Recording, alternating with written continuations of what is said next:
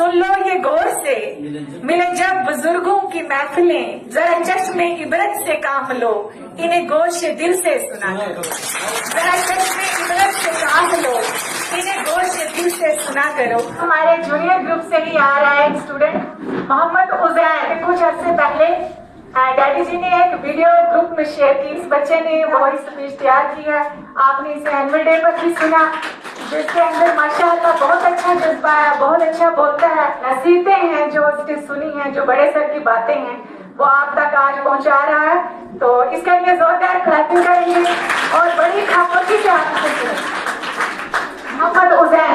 Sir जी वकार, साथीज़ाए किराम व मेरे हम मकतब साथियों, अस्सलामु अलैकुम व रहमतुल्लाहि व बरकातुहू। आज मुझे अच्छी तरबियत के उन्वान पर बात करने का मौका मिला है। साथियों, आप जितने भी अमीर हैं, आपके पास जितने भी पैसे हैं, अपने बच्चों को मुश्किल हालात में जीना सिखाएं, अपने काम को अपने हाथ से करना सिखाएं, उसे पैदल चलना सिखाएं, उसे मुश्किल हालात में रहने की तरबियत दें। इसी तरह बेटी को घरदारी सिखाएं, उसे किसी का काम सिखाएं, खाना बनाना सिखाएं, क्योंकि ये वो जरूरी सलाहियतें हैं जो जिंदगी गुजारने के लिए दरकार होती हैं। इनका ताल्लुक कम या ज्यादा पैसों से नहीं, बल्कि इंसान की तरबियत से है। इसी तरह से दूसरे की बात बर्दाश्त करना उन्हें सिखाएं, कनात सिखाएं, फजूल खर्ची से बचना सिखाएं, अपनी चीजों की हिफाजत और अपने आसपास के लोगों का ख्याल रखना सिखाएं।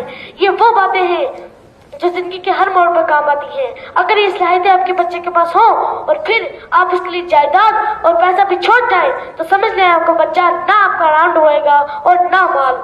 लेकिन अगर ये सलाहियतें दिए बगैर आप सिर्फ दौलत छोड़कर चले गए, तो इस बात की कोई जमानत नहीं कि आपके खून पसीने की कमाई आपके बच्चे के हाथों में महफूज रहेगी या नहीं।